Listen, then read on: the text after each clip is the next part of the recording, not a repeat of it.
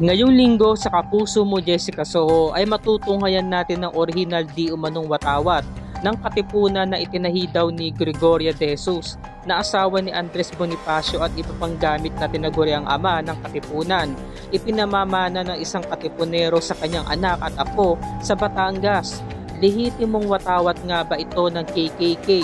Ayon sa istorya, si Supremo Flaviano Lunar ay magulang namin. Inatasan noon ng aming ama na kukunin ang watawat ng Supremo Andres Bonifacio. Ayon sa ating Evolution of Philippine Flags, ang watawat na ito ay katugma noong pang-apat na watawat ng ating bansa. Ang nagtahi ng orihinal na watawat na ito ay sina Gregoria de Jesus at si Benita Rodriguez sa kahilingan ni Andres Bonifacio. Noon, itong mga kapatid kong babae na masisipag maglaba, napakialaman yung watawat. Nung makita raw nila na matigas na, mayroong mga dugo-dugo pa, may mga tama ng bala ng mga rifle.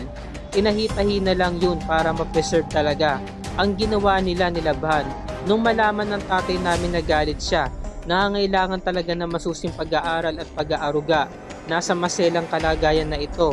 Nagpagawa kami ng salamin at poste para ito ay makompress.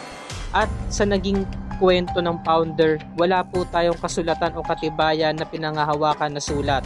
Verbal na inaatang ang pag-aalaga o pag-iingat sa aming magulang sa aming grupo. Gusto namin mangyari na ma-authenticate at malagyan ng kasaysayan. Ang gusto namin mangyari ma-recognize ng NHCP at kung sila ay mayroong pwedeng itulong sa amin para ma-preserve itong ating watawat na ito. Ako po 100% naniniwala na ito ay authentic, na talagang original. Ito mga isinalisay ni Matt, ang anak ni Flaviano Lunar at caretaker ng nasabing museo. Mamayang gabi mga kapuso ay pakatunghayan natin ang iba pang detalye.